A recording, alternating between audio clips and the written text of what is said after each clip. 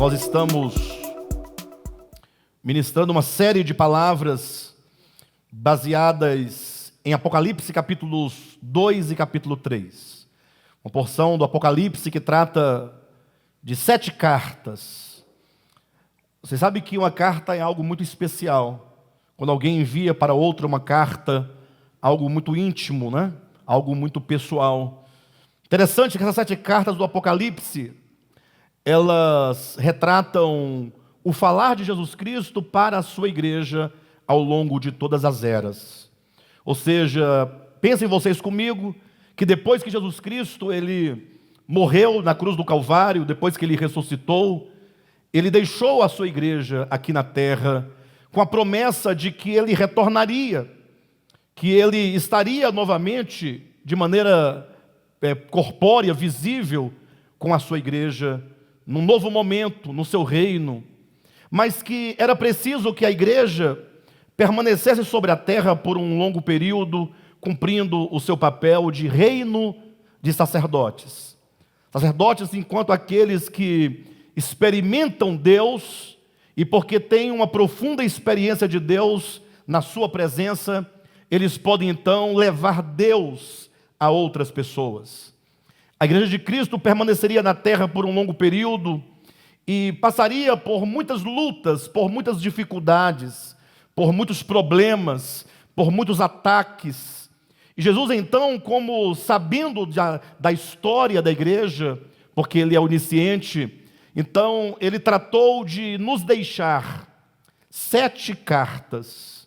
Ele próprio dizendo em cada uma das cartas. Se os irmãos tiverem depois a curiosidade, ou mesmo a vontade de entender melhor o que eu estou dizendo, leia depois Apocalipse capítulos 2 e 3. Carta à igreja em Éfeso, Esmirna, Pérgamo, Tiatira, Sardes, Filadélfia e Laodiceia. Em cada uma das cartas é o próprio Jesus quem fala. E então ele falando à sua igreja, ele vai apontando todos os problemas, todas as circunstâncias negativas que porventura afetariam a sua igreja ao longo das eras. O Senhor então nos apresenta ali quais são os principais inimigos da igreja, que certamente iriam trabalhar intensamente para fazê-la desviar do propósito, para fazê-la abandonar a fé, para fazê-la desistir, para fazê-la apostatar-se da fé. E então o Senhor, em cada uma das cartas, ele aponta esses problemas, e ao final de cada uma delas ele diz as palavras: quem tem ouvidos, ouça o que o Espírito diz às igrejas. E em seguida ele faz um apelo, ou ele faz na verdade uma promessa. Ele diz: ao vencedor. Ora, se ele escreve uma carta ou 7 cartas, a igreja como um todo apresenta as circunstâncias negativas, os problemas que acometeriam a igreja, e ao cabo delas ele diz: quem tem ouvidos, ouça o que eu estou dizendo, e ao vencedor ele deixa uma promessa. Isso traduz para nós a seguinte ideia, que pelo menos nesse período normal, entre o derramamento do Espírito Santo em Atos capítulo 2, e a segunda vinda de Cristo, certamente nem todos da igreja haveria de vencer. Ou seja, ele diz às igrejas como um todo, mas ele diz: aquele que vencer. E então ele deixa-nos uma promessa, ou melhor, ele deixa uma promessa ao vencedor. Por isso que essa série que estamos tratando é uma série que tem como título ou tema principal Princípios de um Cristão Vencedor. O que nos levou a pensar essa série de mensagens, não falando em aspectos escatológicos, não é nosso objetivo ministrar mais uma série de escatologia baseada nas 7 igrejas, mas a ideia é abstrair dessas cartas o suprassumo, aquilo que é mais importante, aquilo que diz diretamente a nosso respeito, a nossa experiência nos dias de hoje, para extraindo esses princípios que constituem um cristão vencedor. A ideia é que se você é um cristão, saiba, você pode até a segunda vinda de Cristo ser um cristão vencedor ou não. Ser um cristão que venceu todas as adversidades, ou foi por ela derrotado? E se eu perguntasse aqui se vocês querem ser um cristão vencedor, tenho certeza que todos vocês, todos nós, haveriam de dizer: eu quero ser um cristão vencedor. Mas a grande questão é o que fazer para ser um cristão vencedor. Nós vivemos num tempo de muita confusão religiosa, em que cada denominação apresenta um ponto de vista, apresenta uma doutrina, apresenta um mandamento. Aqui tem uns que exigem que você use o véu sobre a cabeça, outros exigem que você dê o dízimo, outros que você guarde o sábado, e assim a confusão é muito grande. E nós vemos nessas 7 cartas a essência de um vencedor. Ou seja, o que você precisa de conhecer, o que você precisa saber primeiramente, para que uma vez sabendo, conhecendo e se apropriando dessa verdade, praticando essa verdade, te faz um cristão vencedor. Hoje vamos trabalhar o segundo princípio, ou que seja o segundo fundamento, que é baseado na segunda carta à igreja em Esmirna. Abre a sua Bíblia em Apocalipse capítulo 2, por gentileza, e leia comigo. São apenas 3 versículos. Segundo fundamento que faz um cristão vencedor: suportar com perseverança os sofrimentos. Diz assim o capítulo 2, versículos 8 a 11 de Apocalipse. Ao anjo da igreja em Esmirna escreve: essas coisas diz o primeiro e o último, que esteve morto e tornou a viver. Conheço a tua tribulação, a tua pobreza, mas tu és rico, e há blasfêmias dos que a si mesmos se declaram judeus e não são, sendo antes sinagoga de Satanás. Não temas as coisas que tens de sofrer. Eis que o diabo está para lançar em prisão alguns dentre vós, para ser dispostos à prova, e tereis tribulação de 10 dias. Ser fiel até a morte, e dar-te-ei a coroa da vida. Quem tem ouvidos, ouça o que o Espírito diz às igrejas. O vencedor de nenhum modo sofrerá dano da segunda morte. Queridos, falar sobre sofrimento não é sempre uma questão muito boa. Nós temos a tendência de fugir dos sofrimentos. Na verdade, nenhum de nós quer sofrer. Desde a infância, ou a tenridade, ou desde o nascimento, tão logo a criança nasce, já começa a chorar. Ou porque está sentindo frio, ou fome, ou dor, ou qualquer outra coisa, porque se sente desconfortável fora do útero de sua mãe, entra para um mundo novo, uma novidade, e desde então começa o ser humano a fugir de todo sofrimento, de toda dor, de qualquer coisa que tire a sua comodidade, que tire a sua satisfação, que roube porventura o seu bem-estar. Essa semana nós tivemos uma semana muito difícil, como eu falava agora há pouco. Alguns irmãos perdendo familiares aqui do ministério, irmãos do ministério que perderam familiares. Em todo o mundo nós estamos ouvindo e vendo, estamos vivendo tempos muito difíceis, não somente por causa do coronavírus, mas o coronavírus ele veio para aumentar ainda mais o sofrimento humano sobre a terra. E eu pensando sobre isso essa semana, como coincidiu uma semana tão atribulada na semana que nós iríamos ministrar, já estávamos programados para falar acerca de sofrimento. Deus ele quer falar alguma coisa para nós. E eu meditando sobre isso, eu pensava e orava diante do Senhor, pedindo que o Senhor me orientasse, que Ele me mostrasse, porque quando nós passamos por sofrimentos, ao invés de nós simplesmente ficarmos perguntando o porquê nós sofremos, nós precisaríamos perguntar: Senhor, mostra-me por que nós estamos passando por isso, no sentido de que o que nós precisamos aprender com essa circunstância. Nós não podemos pensar que o nosso Pai Celestial, Ele nos permite passar por sofrimentos só para nos ver sofrer. O próprio Jesus falando aos seus discípulos, ele falou assim: qual é o filho que, pedindo ao pai um pão, ele lhe dará uma pedra? Ou seja, o nosso pai é um pai bondoso, é um pai carinhoso, um pai que nos ama, é um pai que cuida de cada um de nós. Mas de repente nós estamos envolvidos num lamaçal de sofrimento, num lamaçal de angústia, causadas pelos nossos próprios pecados. São sofrimentos que nós mesmos, enquanto humanidade que se distanciou de Deus, nós atraímos para nós. O profeta Jeremias, ele demonstra claramente isso, quando no seu livro ele registra que 2 males cometeram o povo de Deus contra o Senhor. O primeiro, abandonou o Senhor o manancial de águas vivas. E segundo, cavaram para si cisternas rotas que não retêm a água. Ou seja, Deus é um manancial riquíssimo, pleno de coisas boas. Todas as coisas boas e positivas, toda alegria, toda vida, toda saúde, tudo procede de Deus. Mas os homens é que abandonam a Deus. Não é Deus quem impõe castigo, não é Ele quem infringe em nós qualquer sofrimento, e nem tem Deus prazer no sofrimento humano.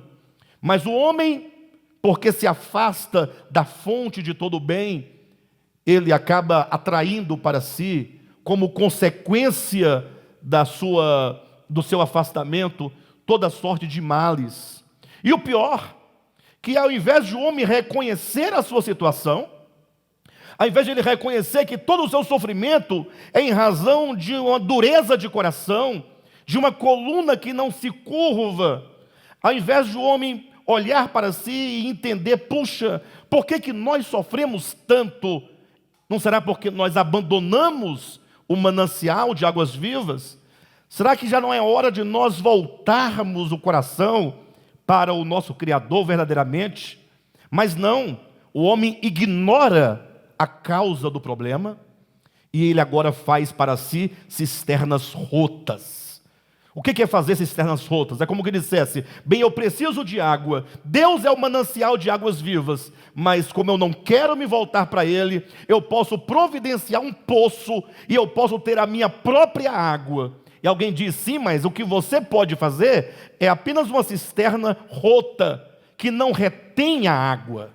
Ou seja, tem água, mas não resolve o deserto, né? Não supre o deserto do nosso coração, não resolve de fato os nossos problemas morais, não resolve nossos problemas psíquicos, não resolve nossos problemas emocionais, não resolve os problemas do nosso corpo, do mundo em que nós vivemos. Nós ficamos sempre acreditando que vai dar certo a vacina do Covid. E eu acredito que vai dar certo, viu, irmãos? Acredito que vai dar certo, estou torcendo para dar certo, estou orando para que se descubra 2, 3, 4, 10, 15 vacinas para aliviar o sofrimento do ser humano. Mas isso é apenas uma cisterna rota. Amanhã surge outro problema, é uma outra enfermidade. E quando não tiver nenhuma enfermidade, o desespero humano é tanto que alguns se matam sem nenhuma razão aparente. O sofrimento do homem, seja ele qual for, ele é causado pelo afastamento do Criador. Mas nós insistimos nas nossas cisternas rotas. E eu pensando e falando: Senhor, por quê? Mostra-nos onde, aqui, o que nós precisamos aprender com tudo isso. E então, meditando sobre isso, é como que eu visse a nossa humanidade atual, ou que seja a nossa sociedade atual, para falar mais especificamente de nós, ou falando talvez mais especificamente os cristãos. Nós estamos só reduzindo humanidade, sociedade. Agora, os cristãos dentro de uma sociedade, os evangélicos dentro do cristianismo, e mais propriamente, este ministério. Nós não podemos passar pelo sofrimento sem compreender onde nós podemos melhorar. E eu pensando sobre isso, como que eu visse uma geração adolescente. O que é uma geração adolescente?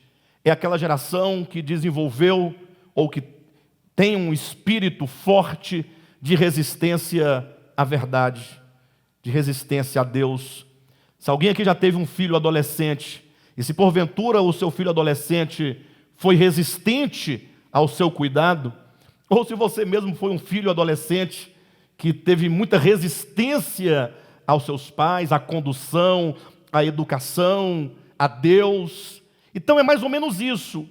Uma sociedade, um povo que resiste, porque desenvolveu um espírito autônomo. Achamos que nós temos uma lei própria, ou achamos que nós somos capazes de nos conduzir a nós mesmos. Por isso acabamos por criar uma vida religiosa de aparências, não é? Ou seja, nós cumprimos alguns deveres religiosos, mas não entendemos a necessidade que temos de conhecer a Deus pessoalmente. A igreja tem um aspecto coletivo, mas a experiência cristã, ela acontece individualmente. Você pode estar dentro de uma comunidade de pessoas que estejam experimentando a Deus e você pode não estar experimentando a Deus. Ou você pode estar dentro da comunidade experimentando a Deus e toda a comunidade pode não estar experimentando a palavra de Deus. É por isso que nós temos que ouvir o que Jesus tem a nos dizer, o que Ele tem a nos ensinar. E nessa carta, falando sobre o sofrimento, nós vamos perceber como Cristo começa dizendo as seguintes palavras. Ao anjo da igreja em Esmirna escreve: essas coisas diz o primeiro e o último, que esteve morto e tornou a viver. Ou seja, é como que ele dissesse: veja, como que o sofrimento ele tem uma necessidade. Nenhum sofrimento vem simplesmente para nos fazer sofrer. Quando o Pai permite que nós soframos, é porque alguma coisa deve ser corrigida dentro de nós. Alguma coisa não está certa, algo tem que ser ajustado. Como é dito, o próprio Cristo falando acerca de si mesmo fala: eu estive morto e tornei a viver. Ele passou por todos os sofrimentos para então experimentar a ressurreição. Ou seja, os sofrimentos de Cristo e até mesmo a sua morte, porque Ele passou por todo o sofrimento ali conhecendo a Deus, conhecendo o Pai na sua humanidade. Eu me refiro a Jesus, a parte humana do Cristo. Nós podemos encontrar claramente, eu quero que você abra sua Bíblia, no livro de Hebreus, capítulo 5, e veja o que é dito acerca de Jesus, como que os sofrimentos pelos quais Ele passou, operou profundamente no viver humano de Jesus. Eu quero que vocês acompanhem na Bíblia para entender como que os sofrimentos nunca são sem causa, mas sempre lhes trarão algum benefício para nós. Capítulo 5, versículo 7 em diante, diz assim: Ele, Jesus, nos dias da sua carne, tendo oferecido com forte clamor e lágrimas, orações e súplicas a quem o podia livrar da morte, e tendo sido ouvido por causa da sua piedade, embora sendo filho, aprendeu a obediência pelas coisas que sofreu, e tendo sido aperfeiçoado, tornou-se o autor da salvação eterna para todos quantos lhe obedecem, tendo sido nomeado por Deus sumo sacerdote segundo a ordem de Melquisedeque. Abra também em Hebreus capítulo 2 e veja o complemento do que estamos dizendo. Versículo 9 e 10. Vemos, todavia, aquele que por um pouco, tendo sido feito menor que os anjos, Jesus, por causa do sofrimento da morte, foi coroado de glória e de honra, para que pela graça de Deus provasse a morte por todo homem, porque convinha que aquele por cuja causa e por quem todas as coisas existem, conduzindo muitos filhos à glória, aperfeiçoasse por meio de sofrimento o autor da salvação deles. Pois tanto o que santifica como os que são santificados, todos vêm de um só. Por isso é que ele não se envergonha de lhes chamar irmãos. Vejam, queridos, nesses dois textos, Hebreus capítulo 5 e Hebreus capítulo 2, mostra como que o Cristo de Deus, ele se faz homem. E ao se fazer homem, ao entrar na história humana, ele é submetido a muitos sofrimentos. E essa humanidade da qual o Cristo de Deus se vestiu, é importante nós entendermos isso. Infelizmente o cristianismo não consegue fazer distinção exata entre o Cristo de Deus, que é eterno, que é de eternidade a eternidade, do Jesus de Nazaré, o homem que foi gerado no tempo, no ventre de Maria. Por não fazer essa distinção, é que muitos não conseguem compreender que quando o Cristo de Deus, que é eterno, se veste da humanidade, ele o faz com um propósito. Ele entra na humanidade, torna-se homem, como diz João capítulo 1, versículo 14, o verbo se fez carne. E então, quando ele se faz homem, 1 Coríntios capítulo 15, versículo 45, diz que este do qual ele se vestiu é o último Adão. E se porventura ele é o último Adão, então ele era o quê? Adão. Embora o último, mas não deixava de ser Adão, ele se veste de Adão, se veste da humanidade, e dentro dessa humanidade é como que ele dissesse: eu agora vou conduzir essa humanidade à glória. Ou seja, o meio de salvação de Cristo não é simplesmente nos levando a obedecer este ou aquele mandamento externo. Não é porque você jejuma, porque você ora, porque você dá dízimo, porque você frequenta uma igreja. Não, ele diz: olha, eu vou entrar na humanidade e eu vou então dirigir essa humanidade para a cruz. Eu vou então disciplinar essa humanidade. Eu vou submeter essa humanidade a rigorosas disciplinas em obediência e amor ao Pai. Por isso que Jesus sofreu tanto. Um sofrimento que começou desde o seu nascimento. Toda a sua vida foi de sofrimento. E culminou naquelas últimas horas que ele conduziu aquela humanidade à cruz.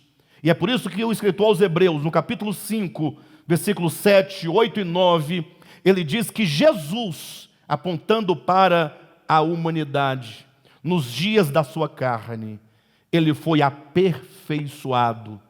Ele aprendeu a obediência pelas coisas que sofreu.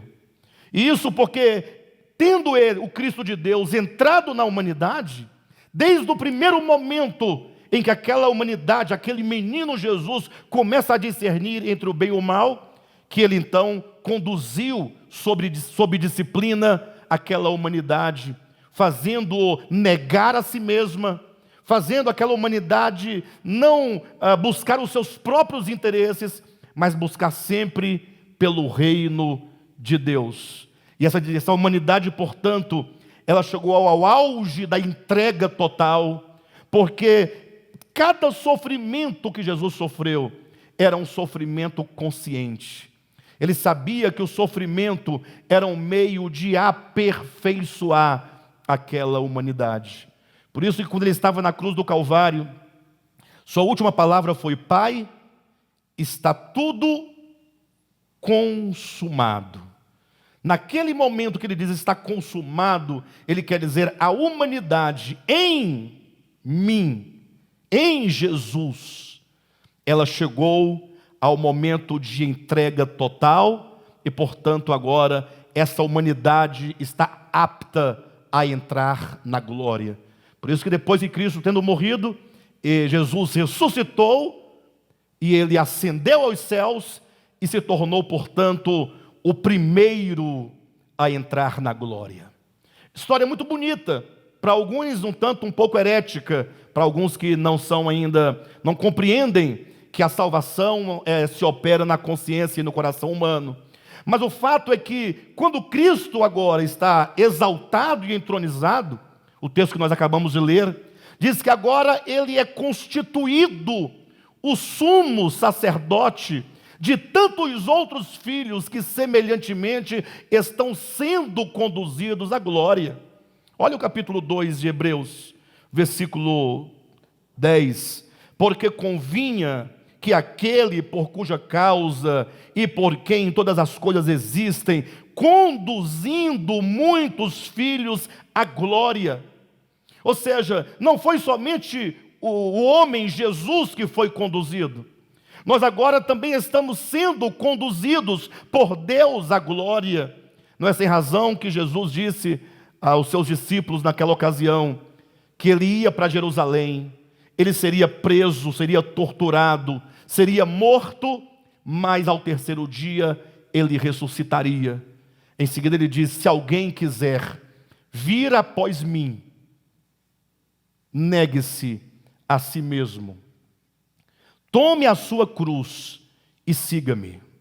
Mateus capítulo 16, versículos 21 a 24. Pensa um pouco no que Cristo está dizendo. Ele está dizendo: eu vou passar por uma série de sofrimentos. Jesus, a quem nós chamamos de Senhor, a quem nós chamamos de Mestre, aquele que nós dizemos que amamos, de quem dizemos que nós somos discípulos. Pense comigo por um momento. Será que essas palavras não saem de nossa boca sem nenhum significado? Será que nós não falamos assim: amamos Jesus? Jesus fica nos olhando: você me ama? Sim, então segue-me. Ou seja, existe um caminho a ser percorrido. Nós ficamos de longe acenando e dizendo: Jesus morreu por mim. E isso é verdade, Ele morreu por nós. Mas Ele morreu para abrir um novo e um vivo caminho, pelo qual nós também precisamos caminhar. Aqueles que se dizem discípulos de Cristo, eles precisam ouvir o chamamento de Cristo, atender ao chamamento. E talvez nós nunca tenhamos pensado nisso. Ele diz: se alguém quiser. Olha por onde ele começa. Se alguém quiser. Não é o momento do apelo, viu, irmãos? Nós nem costumamos fazer apelo. É para você entender um pouco. São palavras de Jesus. Eu sei que alguém vai dizer: não, mas a salvação é pela graça. Ora, sempre foi pela graça. Você quer graça maior? Vou ler daqui a pouco um texto aqui de Filipenses, versículo 1. Capítulo 1 de Filipenses. Tudo é pela graça. Não é nada por obras, mas você quer graça maior do que Jesus dizendo: olha, eu vou para Jerusalém, eu serei preso, torturado, cuspido, insultado, eu vou chegar até a morte. Mas, tem um mas, a história não para por aí, tem um mas: ao terceiro dia eu ressuscitarei. E se você entender esse ao terceiro dia ressuscitarei, com o que Jesus diz em Lucas capítulo 24, dizendo que era preciso o Filho do Homem passar por todos aqueles sofrimentos e entrar na glória, você vai entender que a ressurreição não é simplesmente um morto sair da sepultura, falar assim: pronto, saí da sepultura e não morro mais. Porque é assim que a teologia interpreta tudo da Escritura. Tudo para ela é muito objetivo. Ela quer um morto que não morra mais, que ressuscitando não morra mais. E não entende de que a ressurreição é muito mais do que viver de novo essa vida física. É entrar para a glória. E entrar para a glória é estar completamente amalgamado com o Senhor. Ele diz: se alguém quiser. Mas é só se você quiser. Talvez hoje você diz que queira, mas não quer de fato. Porque querer não é só um desejo. Querer é uma decisão. Muitos dizem: eu quero, mas não tem uma decisão. Não tem uma atitude, uma disposição. Ele diz: se alguém quiser. Sim, Senhor, eu quero. O que eu tenho que querer? Se alguém quiser vir após mim. Ou seja, eu estou indo. O caminho da glória é um caminho de sofrimento. Não existe glorificação sem sofrimento. Não que o sofrimento esteja pagando a nossa glorificação. não deturpe o pensamento. É porque nós precisamos de ser aperfeiçoado. Nós precisamos de aprender a obediência. Se eu perguntasse aqui, quem aqui sabe obedecer? Eu diria para os irmãos, minha primeira resposta, ou partindo de mim, eu ainda não sei obedecer. Você sabe obedecer?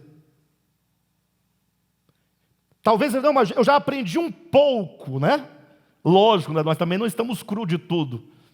Mas, igual Cristo, que chegou à última consequência da obediência, dizendo: Pai, se possível, passa de mim esse cálice, todavia que não seja feita a minha vontade, porque a obediência nos leva a amar toda a vontade de Deus. Ou seja, ninguém poderá obedecer a Deus se não amar toda a sua vontade. E ele diz, portanto, se alguém quiser vir após mim. A primeiro momento todo mundo responde, quem que não quer seguir a Jesus? Ele diz, o problema que para você agora colocar em operação, em ação o seu querer, ele diz, então negue-se a si mesmo. Porque entre o lugar onde eu estou e a glória, que é essa experiência de estar completamente tomado de Cristo em nós, enquanto a glória de Deus, há uma distância muito grande. E o que me impede de transitar é exatamente o meu ego. O ego é um grande engano. O ego pode ser entendido por uma palavra que nós usamos diariamente. Nós usamos muito o termo pessoa, né? A palavra pessoa, que parece identificar um indivíduo, vem do latim persona. Pessoa, persona, que significa literalmente uma máscara. Máscara é aquilo que nós achamos que nós somos. Nós temos uma vontade muito forte. Nós temos alguns desejos muito fortes. Nós tomamos caminhos, não, é a minha vida. Tomamos decisões contra Deus, contra o próximo, contra a igreja, contra a família, contra os valores, e ninguém pode falar nada. Não, essa aqui é a minha vida. E eu digo, como assim a sua vida? Todas essas convicções que firmam o nosso próprio eu, enquanto a causa absoluta de todas as coisas, é o ego. O ego é uma pretensão. E esse ego é como uma casca que nos envolve de tal maneira que impede que a glória de Deus, que está dentro de nós, se manifeste. Entrar na glória não é entrar numa abóbada celestial, não é entrar no céu. Todos querem um lugarzinho no céu ao lado de Jesus. Querem morrer e ir para o céu, ou querem que Cristo volte para ele ir para o céu. E a Escritura diz claramente que o grande mistério é exatamente Cristo em vós, a esperança da glória. E ele diz, se você quiser vir após mim, portanto, você vai ter que tomar a sua cruz e negar a si mesmo, o que vai implicar necessariamente a destruição de todas as nossas vontades carnais e pecaminosas. Desculpe-me desiludir os irmãos, mas nós não vamos chegar na glória desse jeito. Não há como chegar lá. Cristo Jesus foi o primeiro homem a passar, e ele diz, se alguém quiser, quantos filhos estarão sendo conduzidos à glória, juntamente comigo, Cristo à frente, Cristo o comandante, Cristo o nosso líder, Cristo o primeiro, e todos nós que o ouvimos e o atendemos, tomando a nossa cruz e seguindo. Pastor, mas e que sofrimento é esse? Me fala aí. Pelo amor de Deus, eu quero compreender isso aí. Eu quero, de repente, se o sofrimento não for lá essas coisas, de repente eu posso até querer esse sofrimento para mim. Primeiramente, nós temos o sofrimento que são naturais quando se segue o Evangelho. São sofrimentos que acompanharão todos aqueles que desejarem seguir a Cristo. São os sofrimentos causados por causa da sua fé no Evangelho, ou atraídos por causa da sua fé, não causados, desculpe-me, mas se você começar a ouvir o Evangelho, começar a ouvir as palavras de Cristo, e falar assim, eu quero essa palavra para a minha vida, eu quero ser transformado por essa palavra, esse viver cristão vai atrair muitos sofrimentos. Abra sua Bíblia primeiramente em Filipenses capítulo 1, versículo 29, quando Paulo diz assim, olha, vamos ler o 27 a 29. Vivei acima de tudo. Olha para mim, por gentileza. Quando a gente lê a Bíblia, tem um detalhe. A gente às vezes lê a Bíblia como quem lê Bíblia. É tão ruim ler Bíblia. Tem que ler a Bíblia, o versículo tal, aí lê o texto. Não, isso aqui é Deus nos ensinando algo. Há uma verdade aqui. Olha o que ele está dizendo. Preste atenção. Essa aqui foi dito para você, para mim também. Mas tome como se não houvesse mais ninguém sobre a terra, que essa palavra estivesse sendo dita primariamente, diretamente a você e para mais ninguém. Diz assim, vivei acima de tudo, por modo digno do Evangelho de Cristo, para que, ou indo ver-vos, ou estando ausente, ouça no tocante a vós outros, que estáis firmes em um só espírito, como que uma só alma, lutando juntos pela fé evangélica. E que em nada estáis intimidados pelos adversários, pois o que é para eles prova evidente de perdição, é para vós outros de salvação, e isto da parte de Deus. Veja, porque vos foi dada, ou porque vos foi concedida a graça de sermos salvos pela fé. Amém? Diga glória a Deus. Mas não nos foi dada a graça de sermos salvos pela fé? Foi também, mas não é o que está dizendo aqui, pelo menos neste momento. Não é? Veja, porque vos foi concedida a graça de crermos nele. Está na sua Bíblia ou não está? Está faltando alguma coisa? Porque nos foi dada a graça de crermos nele. Diga glória a Deus. Está na sua Bíblia. Você creu em Deus. Você creu em Cristo. E esse crer é uma graça divina. Não procede dos nossos méritos, nem de obras de lei. Nos foi dada a graça de crermos no Evangelho. Quantos aqui creem no Evangelho? Diga amém. Isso é graça de Deus. Mas olha o que diz o texto, vou ler agora totalmente. Porque vos foi concedida a graça de padecerdes por Cristo e não somente de crerdes nele. Vos foi dada a graça de padecerdes por Cristo. Queridos, eu sei que nós vivemos num tempo de muita bonança. Embora esses tempos que estamos vivendo sejam tempos difíceis, mas nós ainda não sabemos o que é dificuldade.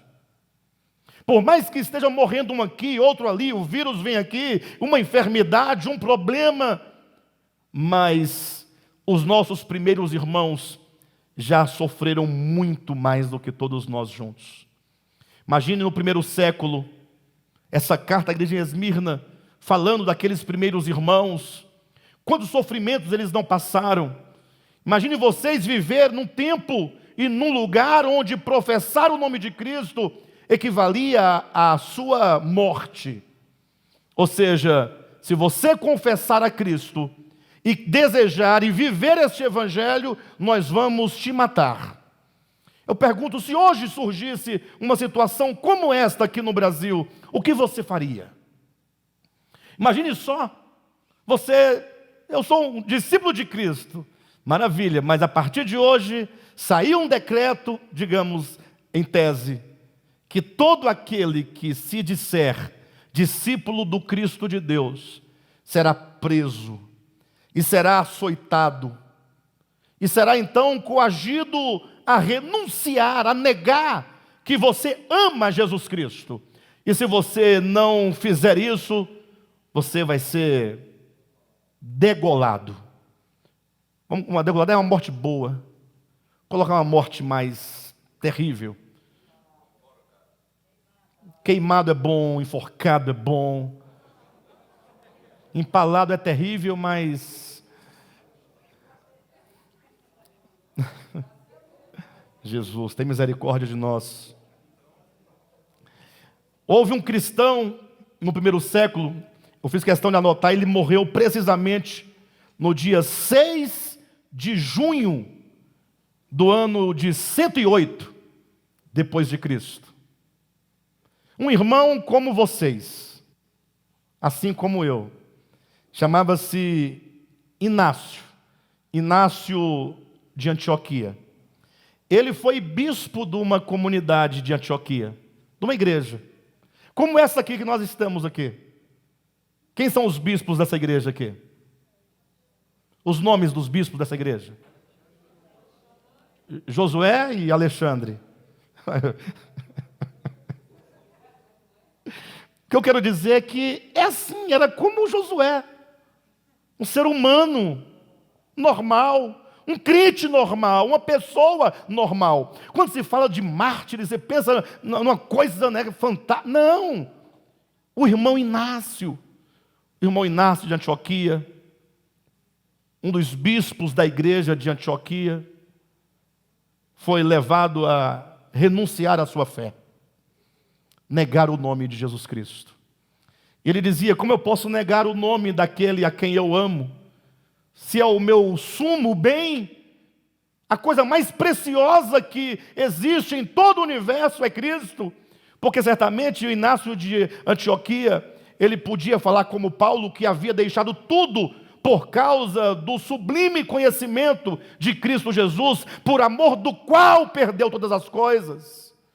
Ele podia falar que aconteceu com ele o que foi dito na parábola do tesouro escondido. Ele era aquele homem que, tendo encontrado esse tesouro escondido, que é Cristo, vendeu tudo o que tinha por causa da preciosidade desse reino, da preciosidade desse Cristo. Falou: então você vai ser jogado para as feras. Naquele tempo, no Coliseu, uma grande arena. Imagine, havia uma média de uns 25 mil espectadores assentados para ver ser jogado às feras o irmão Inácio. Se eu falar o Inácio de Antioquia, já muda o sentido. O irmão Inácio poderia ser o irmão Marquinhos, o irmão Iramar, o irmão Rogério, a irmã Tetê. Tadinha da irmã Tetê, ela está num sofrimento ali agora. Jogado às feras. Pense comigo. Colocado no meio de uma arena para soltar os leões famintos para devorarem. Diz a história que, estando ali o Inácio esperando o momento de entrar para a arena, ele compartilhava da presença de uns 4 a 6 amigos, irmãos de fé, que estavam ali dando força para ele. Vai lá, Inácio, vai dar certo. E o outro dizia: mas Inácio, não tem um outro jeito, uma maneira de... O que a gente pode fazer? Talvez um terceiro tenha dito: vamos orar. Quem sabe Deus não manda um anjo com uma espada de fogo, né? Ou quem sabe Deus não fecha a boca dos leões, como aconteceu com Daniel. Mas o Inácio estava firme. Talvez um outro tivesse dito: Inácio, desiste. Desiste. Bobagem. Será que vale mesmo a pena esse evangelho ou a sua vida? O que mais importa para você? Diz a história que ele falou as seguintes palavras: eu sou o trigo de Cristo. que serei moído pelos dentes das feras, para me tornar uma fina flor de farinha e me tornar um pão para alimentar a Deus e os homens. Que coisa bacana, que espírito valoroso. Ele entendeu o que Jesus falou em João capítulo 12, versículo 24 e 25. Se o grão de trigo caindo na terra não morrer, ele fica só. Mas se morrer, produz muito fruto. Ele entendeu que enquanto um grão, ele precisava de ser destruído. Não que a morte física destrua alguma coisa, mas se ele passava por aquele momento, e ele só podia passar por aquela situação, se o seu coração fosse entregue completamente. Mas não era Deus quem exigia que isso acontecesse com ele, eram os homens maus e perversos, que não podiam suportar um espírito cristão genuíno. Todos que se prontificarem ou se propuserem a viver o Evangelho como ele é, certamente padecerão algum tipo de perseguição. Eles naquele tempo, ora torturado, ora comido pelas feras, empalado, crucificado, degolado, queimado. Nós não temos isso hoje, mas uma coisa é certa: cada decisão que você tomar pela verdade do Evangelho vai te causar um sofrimento. Por isso que os cristãos hoje em dia, quando ouvem o Evangelho de Cristo genuíno como ele é, por exemplo, quando Cristo diz: olha, se alguém te ferir a face direita, ofereça-lhe a face esquerda, o crente responde: isso não é coisa desse mundo, não, isso não existe neste mundo. O Marquinhos falava semana passada aqui uma coisa que talvez pode ter soado estranho para vocês todos, mas ele falou a mais pura verdade. Ele disse: o Evangelho não é coisa de outro mundo, é deste mundo. Alguém poderia falar assim: mas eu pensava que o Evangelho não fosse desse mundo, era de outro mundo, porque o reino de Deus não é deste mundo, é de outro mundo. Mas olha o que ele estava dizendo: o Evangelho não é algo que só é possível de ser vivido no céu, não. O Evangelho é para ser vivido aqui. E se Cristo diz que nós devemos obedecer ao Evangelho, é porque é possível. Quem diz que não é possível, ou quem consegue, fica arranjando desculpas, perguntando assim, diante da palavra tão linda: mas você, pastor, vive esse Evangelho? Essa é uma pergunta de quem quer se livrar da sua própria responsabilidade. Você não tem que perguntar se eu vivo este Evangelho. Você tem que saber: eu preciso viver esse Evangelho. E se o pastor Alexandre não viver, isso é um problema dele. Mas cada um deve tomar para si essa ideia. O Evangelho, quando tomado e levado a sério, ele nos vai trazer, em alguma medida, sofrimento. Nem que seja o sofrimento, que já é grande, de você ter que renunciar à sua verdade, de você ter que renunciar à sua razão, de você ter que perdoar aquela dívida, sabendo que o outro é um picareta, e você tem que fazer isso não por obrigação, porque quem faz por obrigação cai naquele pensamento de Paulo: ainda que eu desse todos os meus bens aos pobres, ainda que eu entregasse meu corpo para ser queimado, se não tiver amor, não tem nenhuma razão de ser. Ou seja, é uma questão daqui de dentro. Aí nós vamos encontrar um grande conflito, um conflito interior. O Evangelho, ele causa conflito interior, mas nos convida a ir ao Senhor em oração para que essas coisas sejam tratadas. O apóstolo Pedro, abre a sua Bíblia em 1 Pedro capítulo 1, ele diz assim, a partir do versículo 6: nisso exultais. Nisso o quê? Nisso exultais. Exultar em quê? Nisso exultais. Ele acabou de dizer, está antes. Versículo 3: bendito o Deus e Pai de nosso Senhor Jesus Cristo, que segundo a sua muita misericórdia nos regenerou para uma viva esperança. Olha que maravilha! mediante a ressurreição de Jesus Cristo dentre os mortos, para uma herança incorruptível. Que maravilha, herança incorruptível. Diz aí, Bilu, herança incorruptível. Olha, não é bom? Ele nos regenerou para uma herança. Quem é que não gosta de herança aqui?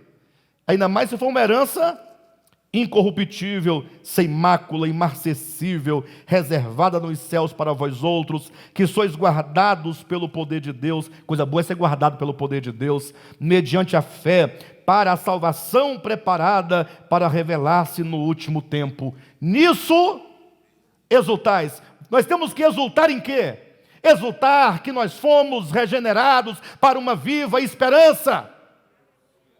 Glória a Deus. Por que nós falamos dessa viva esperança com tanto desânimo? É por isso que aqueles mártires do primeiro século, eles iam para as fogueiras. Imagina só uma fila de crentes indo para a fogueira. A Dila é a quarta da fila. Bilu está na frente, o Rogério é o segundo, Josué é o primeiro. A fogueira está crepitando. E quando o arauto diz, Josué argolo, vem a fogueira voluntariamente, por não negar o nome de Jesus. E lá ia o primeiro, cantando. Como é que alguém vai para uma fogueira cantando? Me responda. Cantando. É prazer servir a Cristo. Lembrei de uma canção lá da Igreja Adventista, do sétimo dia, um hino do Cantai ao Senhor. Como é que é prazer servir a Cristo? Como assim? Você está indo para uma fogueira, está dizendo que é prazer servir a Cristo? É porque essa pessoa, ela exulta na esperança de uma herança incorruptível. Ele sabe que a fogueira não é o seu fim, é o começo de uma glória eterna que ele desfrutará com Cristo e por meio de Cristo. Então ele vai. A morte não é um sofrimento, é uma passagem. Nisso exultais. Versículo 6. Embora no presente, por breve tempo, se necessário, sejais contristados por várias provações. Você hoje pode ir para casa pensando assim, Senhor,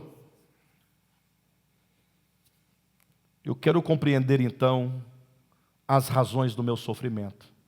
Certamente você deve ter alguém que lhe causa sofrimento. Ou talvez você não tenha ninguém, e essa ausência de alguém é que lhe causa sofrimento. Talvez você esteja passando por uma dificuldade material, ou talvez você, tendo muito recurso material, passe por um problema familiar que não depende de você resolvê-lo. Em cada circunstância, nós somos levados a nos humilhar, a nos conhecer a nós mesmos, a negarmos a nós mesmos. Em cada situação, todas as coisas, diz o apóstolo Paulo, cooperam para o bem daqueles que amam a Deus, daqueles que são chamados segundo o seu propósito. E quando ele diz todas as coisas cooperam, capítulo 8 de Romanos, ele está falando exatamente dos sofrimentos. E o apóstolo Pedro, ainda nessa primeira carta, no capítulo 4, ele diz a razão desse sofrimento. Eu me encaminho para o final dessa mensagem, mas preciso que você leia comigo o motivo, porque os sofrimentos são importantes. Capítulo 4 de 1 Pedro, a partir do versículo 12, diz assim: Amados, não estranheis o fogo ardente que surge no meio de vós, destinado a provar-vos, como se alguma coisa extraordinária estivesse acontecendo. O que esse texto traduz? Esse fogo ardente, ele diz, não estranhe, Por que você está estranhando essas coisas que estão acontecendo? Ele está dizendo para você não estranhar como se fosse uma coisa extraordinária. Ele quer dizer, esse fogo ardente, esses sofrimentos, eles são normais, são ordinários, fazem parte do processo. Primeira coisa que acontece conosco quando nós sofremos, o que é? Pastor Josué, ore por mim. Estou passando por uma luta. Aí oramos, Senhor, tira de mim essa luta. Não é assim? Porque não entendemos que os sofrimentos, eles são necessários. Versículo 13. Pelo contrário, alegrai-vos, na medida em que sois coparticipantes dos sofrimentos de Cristo, para que também na revelação de sua glória vos alegreis exultando. Se pelo nome de Cristo sois injuriados, bem-aventurados sois, porque sobre vós repousa o Espírito da glória e de Deus. Não sofra, porém, nenhum de vós como assassino, ou ladrão, ou malfeitor, ou como quem se intromete em negócios de outrem, mas se sofrer como cristão, não se envergonhe disso. Antes, glorifique a Deus com esse nome, porque a ocasião de começar o juízo pela casa de Deus é chegada. Ora, se primeiro vem por nós, qual não será o fim daqueles que não obedecem ao Evangelho de Deus? E se é com dificuldade que o justo é salvo, onde vai comparecer o ímpio? Sim, o pecador. Por isso também, os que sofrem segundo a vontade de Deus, encomendem a sua alma ao fiel Criador na prática do bem. O apóstolo Pedro é muito claro, ele diz que todos esses sofrimentos são juízos que nós sofremos, mas não são juízos para nos destruir, são juízos para destruir tudo aquilo que em nós não é Cristo, tudo aquilo que em nós é excesso. Palavra não muito degustável, né? Não muito palatável, falar de sofrimento necessário. Mas se você, porventura, ao ouvir isso, diga, eu queria tanto ter ouvido uma mensagem mais animadora, é porque você ainda está muito empolgado com a luz dos circos, com as luzes, está muito empolgado ainda com a mágica do ilusionista, você ainda está fora de si. Não se preocupe se você não gostou dessa mensagem. Um dia você vai se lembrar dela, você vai crescer, você vai amadurecer, você vai compreender. Nenhuma criança na sua tenra idade acha boa uma disciplina. Mas depois de adulta, o que ela diz? Puxa, como que aquela disciplina me ajudou a ser quem hoje eu sou. E se você, porventura, não gosta dessa mensagem, por qualquer que seja o motivo, também não tem problema, você não escapará do sofrimento. Ele virá mesmo assim, você querendo ou não, você gostando ou não. Sabe por quê? Porque aquele que começou boa obra em nós, ele há de completar. E se para que essa casca desse trigo, desse grão de trigo, seja rompida, seja preciso bater um pouco, será batido. O trigo tem que ser malhado para que o grão saia da casca. E depois esse grão tem que ser moído, tem que se tornar uma farinha fina. E depois de feito uma massa, ainda tem que ir ao forno, para que o pão seja assado. Somente assim nos tornaremos alimento para Deus e para os homens. Que Deus abençoe a todos vocês. Eu quero fechar essa ministração lendo com vocês capítulo 2 de Apocalipse, o versículo 10. Não temas as coisas que tens de sofrer. Eis que o diabo está para lançar em prisão alguns dentre vós, para ser dispostos à prova, e tereis tribulação de 10 dias. Fale comigo, dirigindo-se ao irmão que está ao seu lado. Ser fiel até a morte, e dar-te-ei a coroa da vida. Diga glória a Deus bem forte. Vamos exultar na esperança.